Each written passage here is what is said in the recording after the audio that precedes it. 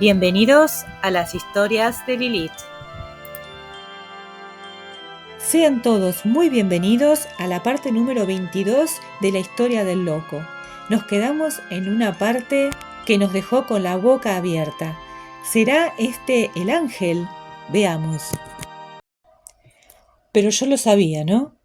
Quizá no en aquel instante, pero sí poco después. Al principio me sentí sorprendido por la vehemencia de lo que me habían dicho. Sentí un temblor interior y todas mis voces gritaban advertencias contradictorias. Que me escondiera, que me plantase cara, que me guiara por la sensatez. Y esta última indicaba que aquella no tenía sentido.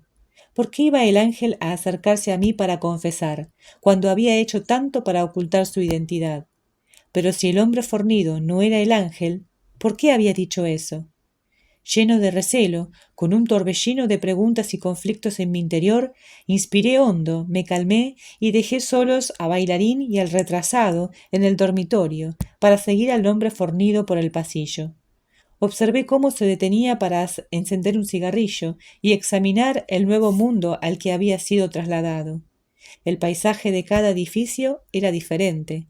Puede que la estructura fuera parecida, que los pasillos y las oficinas, la sala de estar común, la cafetería, los dormitorios, los trasteros, las escaleras y las celdas de aislamiento siguieran más o menos la misma disposición, acaso con pequeñas diferencias. Pero ese no era el terreno real de cada unidad. Sus contornos y su topografía venían definidos por las diversas locuras que contenían. Y eso era lo que el hombre fornido estaba examinando.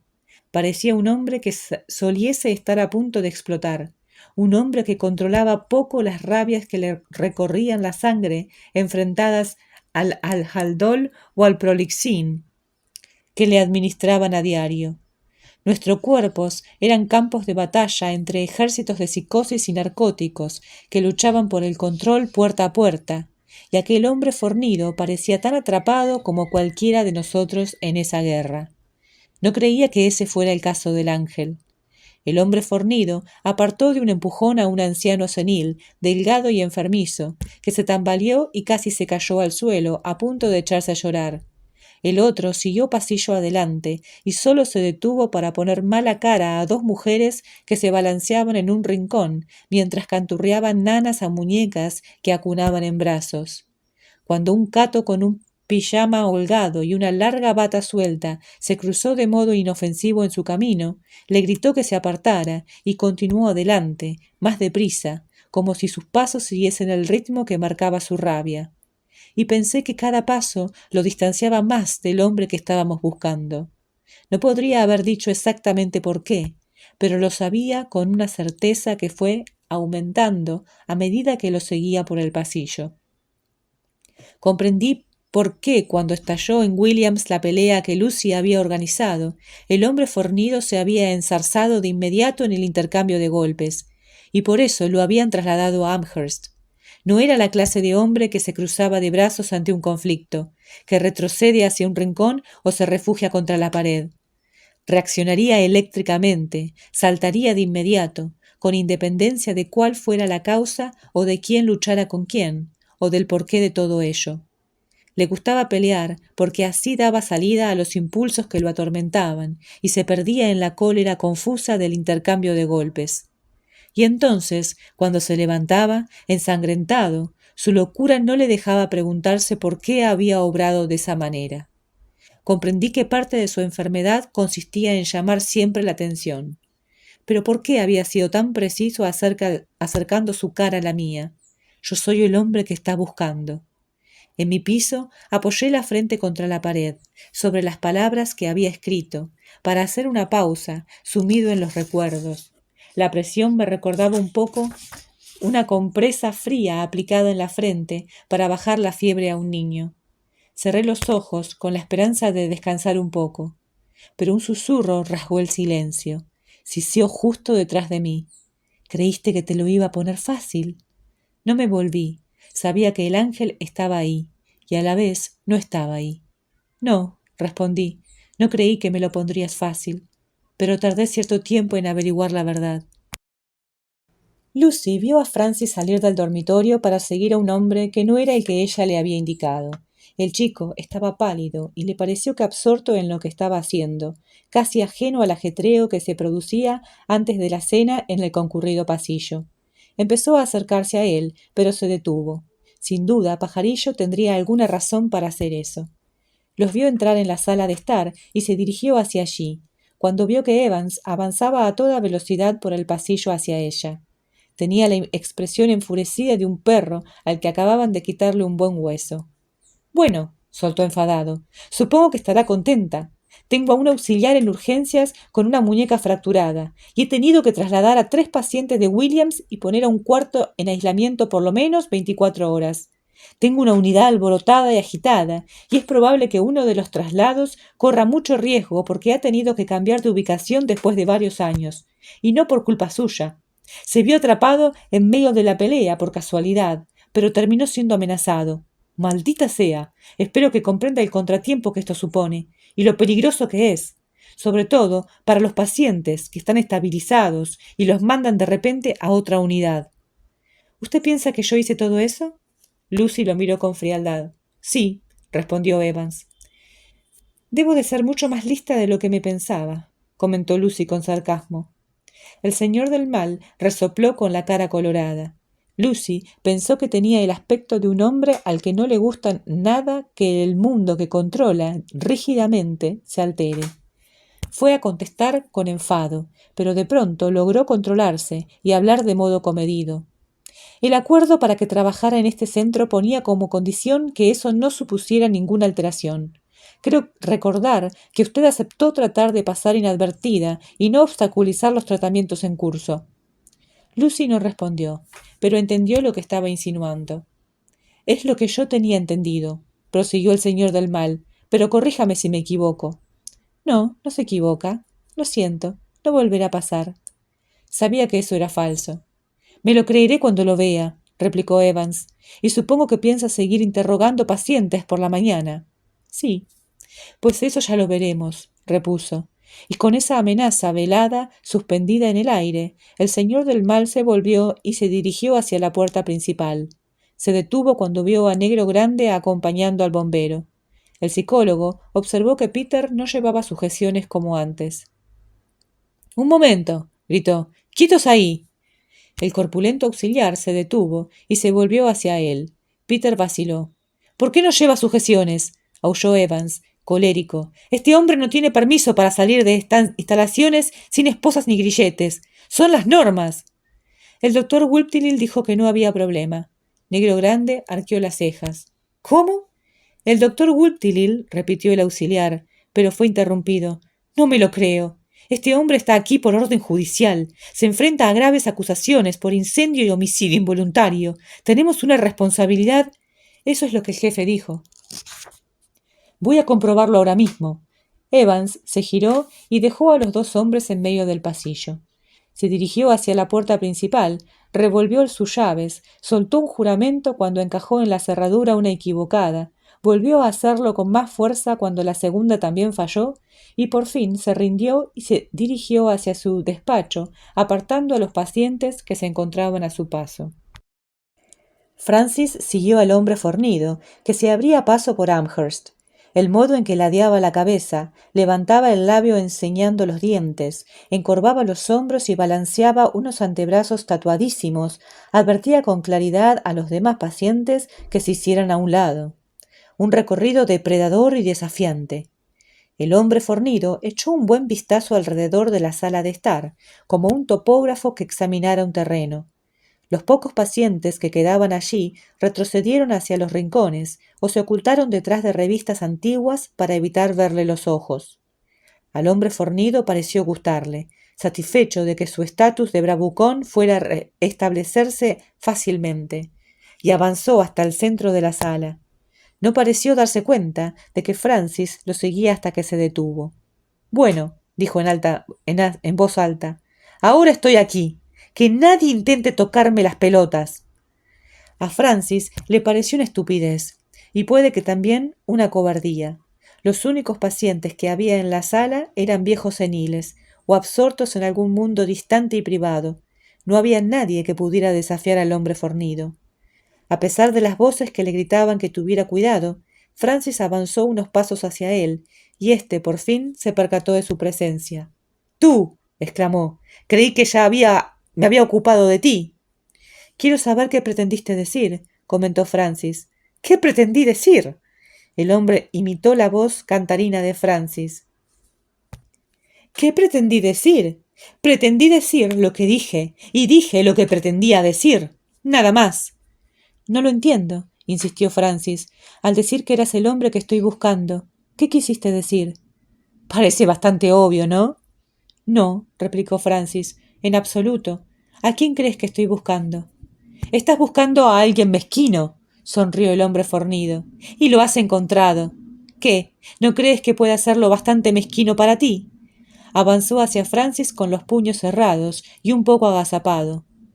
—¿Cómo supiste que te estaba buscando? —preguntó Francis, y se mantuvo firme a pesar de todos los ruegos de que huyera emitidos en su interior. —Todo el mundo lo sabe. Tú y el otro tío, y la mujer del exterior. Todo el mundo lo sabe —afirmó el otro de modo enigmático. Francis pensó que en el hospital no había secretos, pero eso no era cierto. —¿Quién te lo dijo? —insistió. —¿Cómo? ¿Quién te lo dijo? ¿Qué coño quieres decir? ¿Quién te dijo que yo estaba buscando a alguien? —aclaró Francis con la voz más aguda. Había ganado impulso, guiado por algo totalmente distinto a sus voces interiores, y que hacía que las preguntas le salieran de la boca a pesar de que cada palabra aumentaba el peligro al que se enfrentaba. ¿Quién te dijo que me buscaras? ¿Quién te dijo cómo era yo? ¿Quién te dijo quién era yo? ¿Quién te dio mi nombre? ¿Quién? El otro adelantó una mano para tocarle la mandíbula con los nudillos, como si lo amenazara. Eso es asunto mío, afirmó, no tuyo. Con quién hablo y qué hago es asunto mío. Francis observó que abría un poco más los ojos, como si captara alguna idea fugaz. Varios elementos volátiles se mezclaban en la imaginación del hombre fornido, y en algún lugar de esa mezcla explosiva estaba la información que quería. Por supuesto que es asunto tuyo, admitió Francis, suavizando su tono, pero puede que también sea asunto mío. Solo quiero saber quién te dijo que me buscaras y me dijeras eso. Nadie, mintió el hombre fornido. Fue alguien, lo rebatió Francis. La mano del hombre se apartó de la cara de Francis, que vio un miedo eléctrico en sus ojos, oculto bajo la rabia. En ese instante le recordó al arguirucho cuando se obsesionó con Rubita, o antes, cuando lo había hecho con él. Una fijación total con una única idea, una oleada abrumadora de una sola sensación en su interior, en alguna gruta difícil de penetrar hasta para la medicación más potente. —Es asunto mío —repitió el hombre fornido—. El hombre que te lo dijo podría ser el que estoy buscando. —Vete a la mierda —soltó el hombre a la vez que sacudía la cabeza—. No te voy a ayudar en nada. Francis solo podía pensar que estaba cerca de algo, y que necesitaba averiguarlo, porque sería algo concreto que proporcionar a Lucy Jones. Entonces vio cómo el hombre fornido se agitaba, y la rabia, la frustración y todos los terrores habituales de la locura se unían. En ese instante de peligro, Francis se percató de que había ido demasiado lejos. Retrocedió un paso, pero el hombre fornido lo siguió. —No me gustan tus preguntas —le espetó. —Vale, ya no te haré más —respondió Francis, retrocediendo—. No me gustan tus preguntas y tampoco me gustas tú. ¿Por qué me has seguido hasta aquí? ¿Qué quieres que te diga? ¿Qué me vas a hacer? Lanzó cada una de estas preguntas como golpes. Francis miró a derecha y a izquierda buscando un sitio donde esconderse, pero no encontró ninguno. Las pocas personas que había en la sala se habían acurrucado en los rincones o bien observaban las paredes o el techo, cualquier cosa que las llevara mentalmente a otra parte. El hombre le empujó el pecho con el puño y le hizo dar otro paso atrás de modo que casi perdió el equilibrio. —No me gusta que te metas en mis cosas —exclamó—. Creo que no me gusta nada que tenga que ver contigo. Le empujó otra vez, más fuerte. —Muy bien —dijo Francis levantando una mano—, te dejaré en paz. El otro pareció ponerse tenso, con todo el cuerpo tirante. —Sí, eso está bien —gruñó—, y me aseguraré de ello. Francis vio venir el puño y logró levantar el antebrazo lo suficiente para evitar que le diera en la mejilla. Por un momento vio estrellitas, y el impulso le hizo girarse hacia atrás, tambaleante, y tropezar con una silla. De hecho, eso le fue bien, porque hizo que el hombre fornido fallara su segundo puñetazo, un gancho de izquierda que pasó silbando cerca de la nariz de Francis, lo bastante como para que notara su calor. Francis se volvió a echar hacia atrás y la silla cayó al suelo, mientras el otro se abalanzaba para asestarle otro golpe, que esta vez le dio en el hombro. El hombre tenía la cara colorada de furia, y su rabia impedía que su ataque fuera acertado. Francis cayó de espaldas con tal fuerza que al chocar contra el suelo perdió el aliento. El hombre fornido se situó a horcajadas sobre su pecho, amenazante, mientras Francis daba patadas inútiles y con los brazos se protegía de la lluvia de golpes furiosos y alocados que le caían encima. ¡Te mataré! bramaba. ¡Te mataré! Francis se retorcía e interponía sucesivamente el brazo derecho y el izquierdo para paliar el aluvión de puñetazos, consciente solo en parte de que no le había golpeado fuerte y a sabiendas de que si el hombre dedicara siquiera un microsegundo a considerar las ventajas de su ataque, sería el doble de mortífero. «¡Déjame en paz!», gritó Francis en vano. A través del estrecho espacio entre sus brazos, vio cómo el hombre se incorporaba un poco para dominarse, como si de repente se diera cuenta de que tenía que organizar el ataque. Seguía colorado, pero de golpe su rostro expresó un propósito y una lógica, como si toda la furia acumulada en su interior se canalizase hacia un solo torrente. «¡Para!», chilló una vez más Francis, indefenso, con los ojos cerrados. Comprendió que iba a hacerle mucho daño y retrocedió. Ya no sabía qué palabras gritaba para que aquel bruto se detuviera, consciente solo de que no significaban nada ante la rabia que sentía por él. «¡Te mataré!», repitió el hombre. Francis no dudaba que quería hacerlo. El hombre soltó un grito gutural y Francis procuró apartar la cabeza, pero en ese segundo todo cambió. Una fuerza como un potente viento los sacudió a ambos y se formó un lío frenético de puños, golpes y gritos. Francis se desplazó hacia un lado, consciente de que ya no tenía el peso de su atacante sobre el pecho y que estaba libre. Rodó por el suelo y gateó hacia la pared, desde donde vio que el hombre fornido y Peter estaban enzarzados en un cuerpo a cuerpo. Peter lo rodeaba con las piernas y había conseguido sujetarle una muñeca con la mano. Sus palabras se habían convertido en una cacofonía de gritos y rodaron juntos por el suelo. La cara de Peter reflejaba una feroz rabia mientras retorcía el brazo del hombre. Y en el mismo instante otro par de misiles cruzó de repente la visión de Francis. Los hermanos Moses se precipitaban a la refriega. Se produjo un momentáneo coro de gritos hasta que el negro grande logró agarrar el otro brazo del hombre fornido, a la vez que le cruzaba la tráquea con un grueso antebrazo y lo retenía mientras negro chico separaba a Peter a empellones. El hombre fornido soltaba palabrotas y epítetos medio asfixiados y lanzando salpicaduras de baba. «¡Negratas de mierda! ¡Soltadme! ¡Yo no he hecho nada!». Peter resbaló hasta el suelo y quedó con la espalda apoyada contra un sofá y las piernas extendidas. Negro chico lo soltó y se reunió con su hermano. Ambos dominaron con pericia al hombre, quien con las manos a la espalda pataleó un momento antes de rendirse. «¡Sujétenlo fuerte!», oyó Francis, procedente de un lado. Evans blandía una jeringa hipodérmica en la puerta. «¡No lo suelten!», insistió, mientras tomaba un poco de algodón impregnado de alcohol y se acercaba a los dos auxiliares y al hombre histérico, que volvió a retorcerse y forcejear. «¡Iros a la mierda!», gritó colérico. «¡Iros a la mierda! ¡Iros a la mierda!». El señor del mal le limpió un trocito de piel y le clavó la aguja en el brazo con un único movimiento que denotaba mucha práctica. «¡Iros a la mierda!», bramó el hombre de nuevo, por última vez. El sedante causó efecto con rapidez. Francis no estaba seguro de cuántos minutos, porque la adrenalina y el miedo le habían hecho perder la noción del tiempo. Pero en unos momentos el hombre se relajó. Entornó los ojos y una especie de inconsciencia fue apoderándose de él. Los hermanos Moses también se relajaron, lo soltaron y se levantaron dejándolo en el suelo. «Traed una camilla para transportarlo a aislamiento», indicó el señor del mal. En 1 minuto, estará fuera de combate. El hombre gruñó, se retorció y movió los pies como un perro que soñara que corría. Evans sacudió la cabeza. Menudo desastre. Alzó los ojos y vio a Peter en el suelo, recobrando el aliento y frotándose la mano, que tenía la marca roja de un mordisco. Tú también, ordenó con frialdad. ¿Yo también qué? Aislamiento, 24 horas. ¿Qué? Yo no hice nada salvo separar a ese cabrón de Pajarillo. Negro Chico había vuelto con una camilla plegable y una enfermera.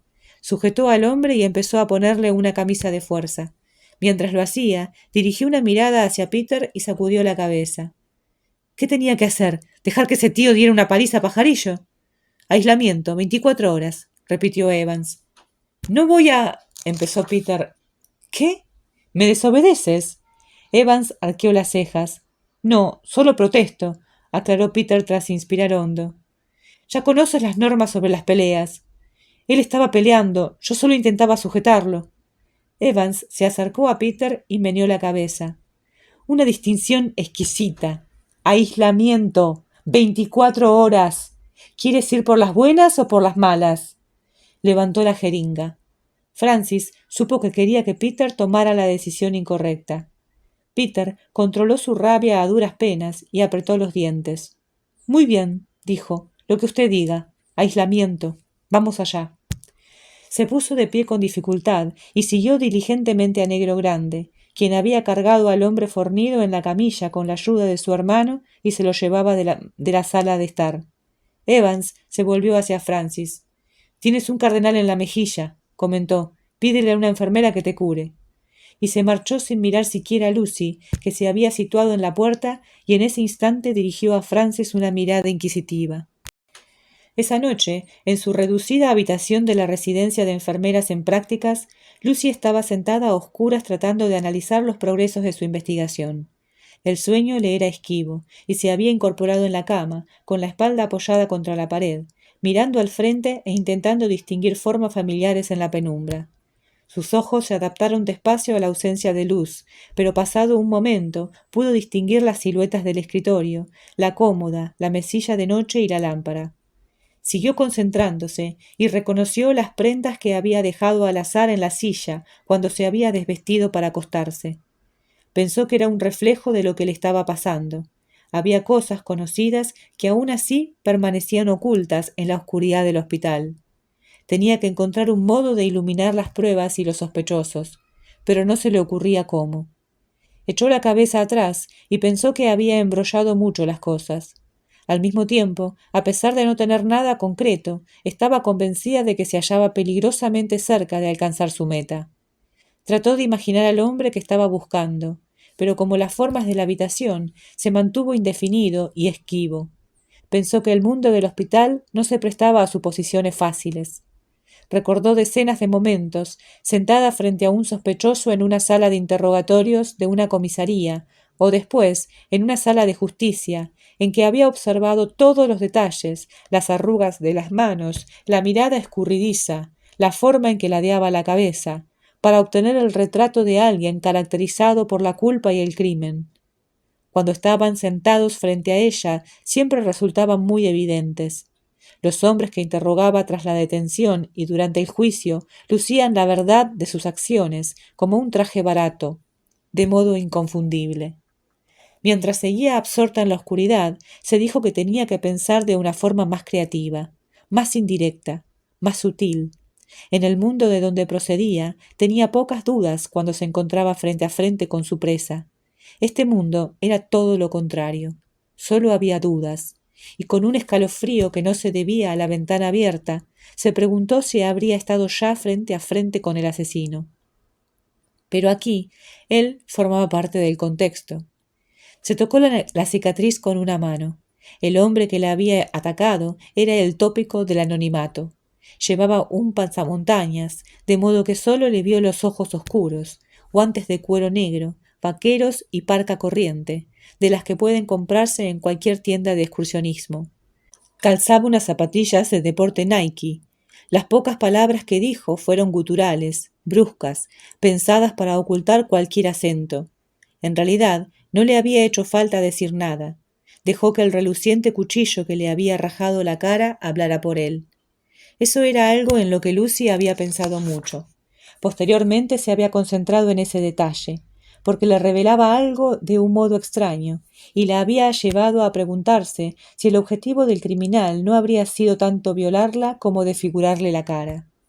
Se echó hacia atrás y golpeó la pared con la cabeza un par de veces, como si los discretos golpes pudiesen liberar alguna idea en su mente. A veces se preguntaba por qué había cambiado tanto su vida desde que la habían agredido en la escalera de aquella residencia. ¿Cuánto tiempo había pasado? 3 minutos, 5 minutos de principio a fin, desde la primera sensación aterradora, cuando la había agarrado, hasta el sonido de sus pasos al alejarse. Pero a partir de ese momento, todo había cambiado. Se tocó los bordes de la cicatriz con los dedos. Con el paso de los años, habían retrocedido para casi confundirse con su cutis. Se preguntó si volvería a amar alguna vez. Lo dudaba. No era algo tan simple como odiar a todos los hombres por los que había hecho uno, ni de ser incapaz de ver las diferencias entre los hombres que había conocido y el que le había hecho daño.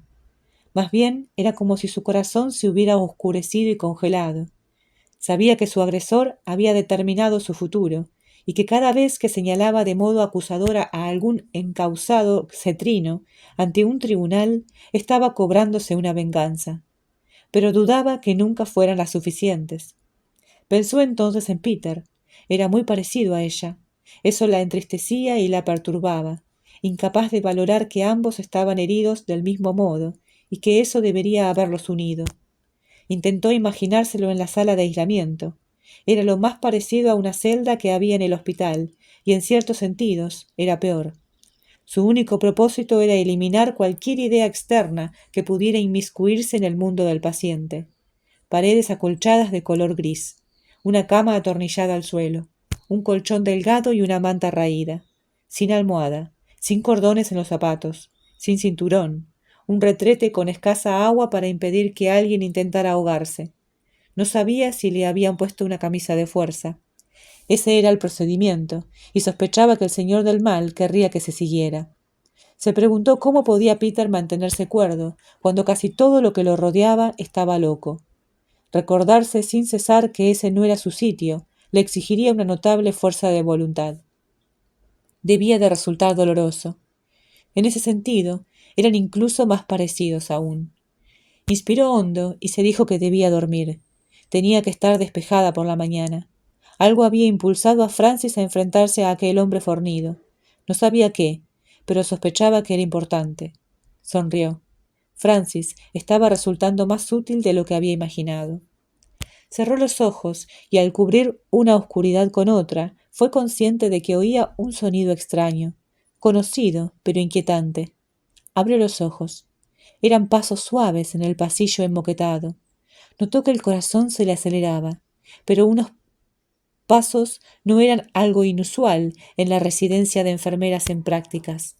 Después de todo, había distintos turnos que cubrían las 24 horas, y eso provocaba que las horas de sueño fueran irregulares. Al escuchar, le pareció que los pasos se detenían frente a su puerta. Se puso tensa y estiró el cuello hacia el tenue sonido. Se dijo que estaba equivocada, y entonces le pareció que el pomo de la puerta giraba despacio. Se volvió hacia la mesilla de noche y logró encender a tientas la lámpara haciendo mucho ruido. La luz inundó la habitación. Parpadeó un par de veces y bajó de la cama. Cruzó la habitación, pero golpeó una papelera de metal que se deslizó con estrépito por el suelo. La puerta tenía un cerrojo y seguía cerrado. Con rapidez se apoyó contra la hoja de madera maciza y puso la oreja en ella. No oyó nada. Esperó algún sonido, algo que le indicase que había alguien fuera, que alguien huía, que estaba sola, que no lo estaba. El silencio le resultó tan terrible como el sonido que la había llevado hasta la puerta. Esperó. Dejó que los segundos pasaran, alerta. 1 minuto, tal vez 2. Oyó voces de personas que pasaban por debajo de la ventana abierta. Sonó una carcajada, y otra se le unió. Volvió a concentrarse en la puerta. Descorrió el cerrojo y con un movimiento repentino y rápido la abrió. El pasillo estaba vacío. Salió y miró a derecha e izquierda. Nada. Inspiró hondo y dejó que su corazón se apaciguara. Sacudió la cabeza. Se dijo que había estado sola todo el rato, que estaba dejando que las cosas la afectaran. El hospital era un sitio de desconocidos, y estar rodeada de tanta conducta extraña y de tanta enfermedad mental la había puesto nerviosa. Pero si tenía algo que temer, más tenía que temer el hombre que buscaba. Esta bravuconada la tranquilizó. Volvió a entrar en la habitación. Cerró la puerta con llave y antes de regresar a la cama, apalancó la silla de madera contra el pomo. No como un obstáculo adicional, porque dudaba que funcionara, sino para que cayese al suelo si la puerta se abría. Tomó la papelera de metal y la colocó encima. Luego le añadió la maleta. El ruido de todo eso al caer al suelo bastaría para despertarla, por muy dormida que estuviera. Y este es el fin del capítulo 22. Terrible lío armó Pajarillo. ¿Qué les parece a ustedes? ¿Este asesino es tan inteligente como parece? Hasta el momento tengo la sensación de que está a cargo de la situación, de que maneja todo. Tal vez le dijo a este hombre furioso algo, le dijo sobre Francis, le dijo sobre Peter, sobre Lucy, o tal vez no. Sinceramente el autor logra que se sienta la sensación de duda todo el tiempo, de locura absoluta. Como siempre estoy muy interesada en saber su opinión acerca del capítulo, así que déjenla por favor en los comentarios. Les agradezco muchísimo los likes y las suscripciones, a todos. Cada vez que veo una suscripción les agradezco sinceramente de corazón y espero que lo disfruten, que realmente esté ofreciéndoles algo dentro de mis posibilidades de calidad. Así que gracias y mañana continuamos con esta apasionante historia. Hasta mañana.